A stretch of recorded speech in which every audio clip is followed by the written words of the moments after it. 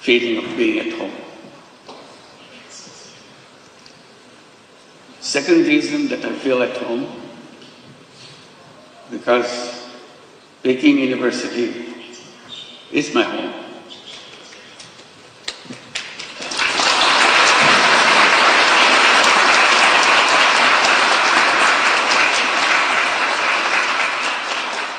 I am part of you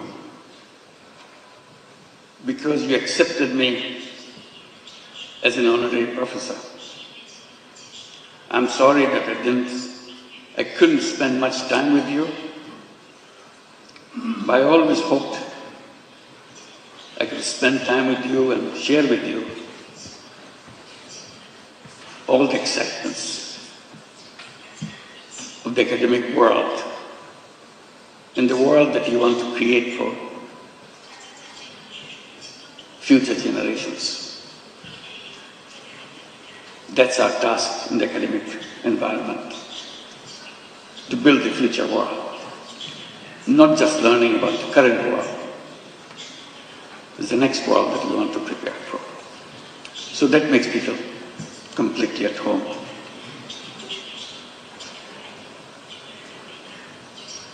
Your Excellency Hu Guangchai and Mr. Kong Chuan, esteemed deans and faculty members, distinguished dignitaries, officials and guests, and my dear students, ladies and gentlemen.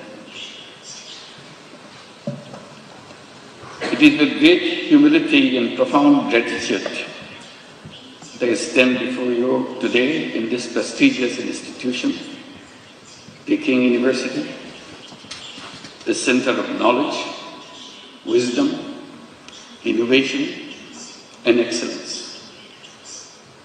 To receive an honorary doctorate from such an esteemed university is a great honor for anybody. And I feel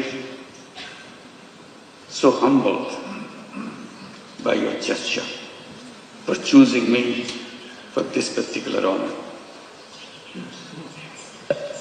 This recognition once again reminds me of my commitment to work for realizing the dreams of the millions of youths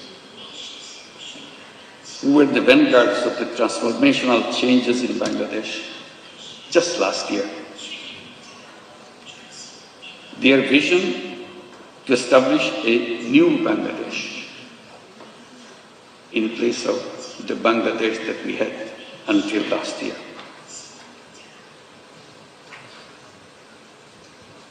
A new Bangladesh which will be free from poverty, hunger, unemployment, and destitution. Ladies and gentlemen, and my young friends, to translate this vision into reality, we are embarked on a series of reforms to make governance transparent and democratic, to ensure economic policies which are inclusive, and to guarantee that every individual has equal opportunity to flourish. Our reform initiatives are at the top of our priority. Our goal is definite. Our work plan is exhaustive. For building a stronger and more resilient Bangladesh, we emphasize economic transformation through entrepreneurship, greater investment in education and technology, and a stronger international cooperation. Distinguished guests, I have a deep and personal attachment with Peking University. Back in October 2006, I had the opportunity to be appointed as the honorary professor. To me, today's conferment is more than a personal honor. I see this as a recognition, as an acknowledgement of the resilience and courage and determination of the people, especially millions of women and young entrepreneurs who continue to prove that no challenge big when they are given the right opportunities to develop and break the shackles of poverty and marginalization. Throughout my journey, from being an economist to founding Grameen Bank, from pioneer microfinance to advocating social business, my core belief has remained the same. People are not poor because they lack of skill or ambition. They are poor because economic system has never given them a fair chance. So poverty is not because of the something lacking in the person. It's not their fault. It's the fault of the system that we built for ourselves. That causes poverty. That causes all the problems for human beings by wrong thinking. And I blame myself for being part of that institution, academic institution, where we pass on this wrong knowledge to this next generation. So I plead guilty that we have not been able to change those ideas, wrong ideas, which make people suffer.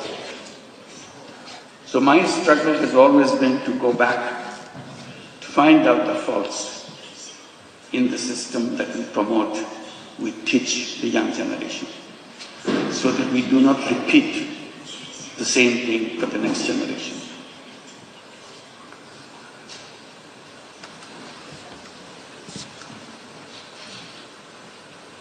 It is designed to serve only the wealthy, not the poor. That realization led me to create an alternative, one where even the poorest individuals could access the services of the institutions which are created for people. I've been promoting the idea to let the young people come to the universities, get good degrees from good institutions, and then go to the job market to become job seekers. I have been telling that this is a wrong idea. Human beings are not born to become job seekers. Job is a wrong idea. Human beings are creative beings. They enjoy doing creative things. Job is a negation of creativity. Job forces you to do things what your supervisors want you to do. Job is a continuation of the tradition of slavery. Human beings are not fit for slavery. Human beings are independent beings. So I keep on promoting the idea that all human beings are born as entrepreneurs, not job seekers. Universities should be preparing young people to go out and become successful entrepreneurs, not job seekers. And that idea came from a simple experience. I started as a small initiative with a handful of women in a village next to the university where I was teaching in Bangladesh. I started lending tiny little money to the poorest women that the world has ever known, just to make sure she feels that she can handle this money and change her life. I had no idea that whether it would come true, but I was amazed how these illiterate, poor women could use tiny little money, $10, $20 worth of money, and did a very successful way of paying back and change her income situation. And she continued to pursue them round after round and change her life. And it turned into millions of women all over Bangladesh. And with perfect record. That convinced me totally. All human beings are entrepreneurs. Because we are taught in the textbooks, only very special people are born as entrepreneurs. Rest of us human beings have to serve under them. I said, that's absolutely wrong idea. If the poorest illiterate women in Bangladesh can become an entrepreneur with a $20 loan, $30 loan, anybody in the world can become an entrepreneur. It's nature to human beings. We didn't train them. We didn't tell them how to run a business. She figured it out all by herself. Because it is innate part of a human being. So that continues with a bigger question to me. What should be the purpose of education? And I keep coming back. Purpose of education is to enable to go out and bring that all creative capacity to change the world. And universities and educational institutions is not only a place to learn what happened, also imagine. Imagination is the greatest power on earth. If you imagine, it will happen. If you don't imagine, it will never happen. If you look back, things happen because somebody imagined it. Imagine something big, something unheard of, something you never dared to hope that it will work. But you imagine and stay with it. If you stay with it, it will happen. So that is the greatest power. Imagination is more powerful than anything you can bring together. So I follow that, encourage young people like you, along with what you are learning, imagine. Dare to imagine the most odd thing that you ever thought, most necessary thing you think could be done. At the moment it looks odd, at the moment it looks impossible. The human journey is about making impossible possible. That's our journey. And we can make that happen.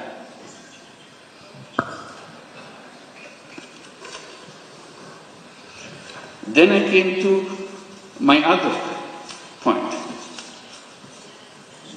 Why the way we do things followed by something that we are not sure of? This civilization that we are passing through, will it help us to overcome the problems that we face?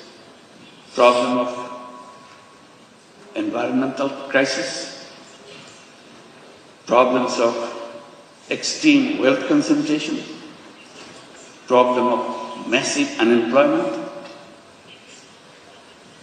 My answer was always no. This civilization will continue to make it worse and worse. I even dare to say this is a self-destructive civilization. We have no escape route. We have to build a new civilization as soon as possible. Abandon the civilization that we are passing through and move on to create a new civilization.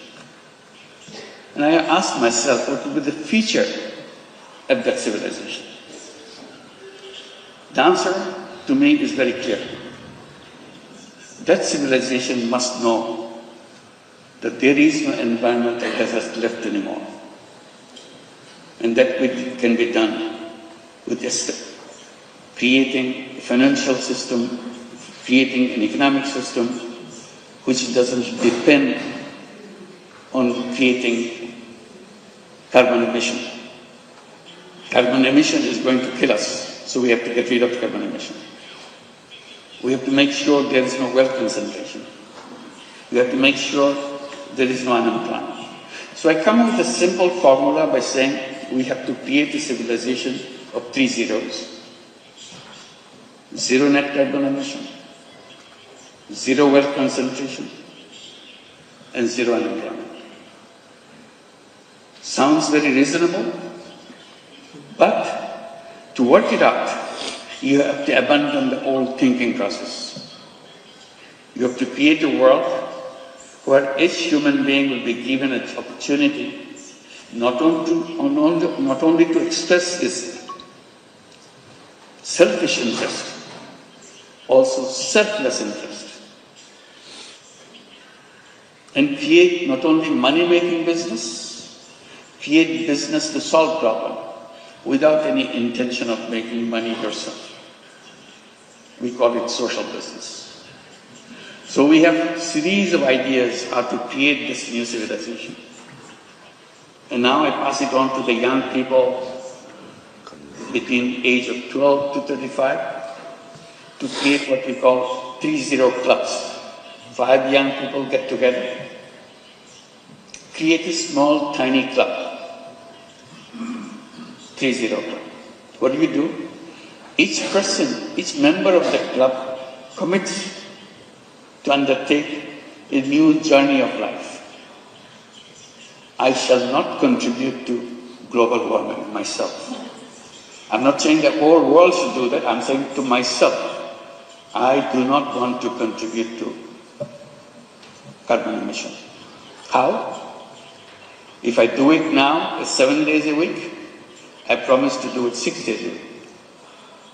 If I achieve 6 days a week, I want to do it 5 days a week. If I achieve 5 days a week, gradually 2 days a week, 1 day a week, and nothing. So I become a 3-0 person. Idea is if I can become a 3-0 person, you can become a 3-0 person, world would be a 3-0 world. That's a simple idea.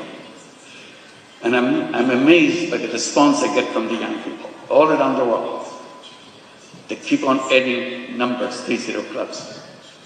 I hope you'll consider examining whether you'd like to form your 3-0 club and create a new civilization, which you'll be proud of. This is an imagination, but the imagination is where the journey begins. Let's begin the journey. Thank you very much.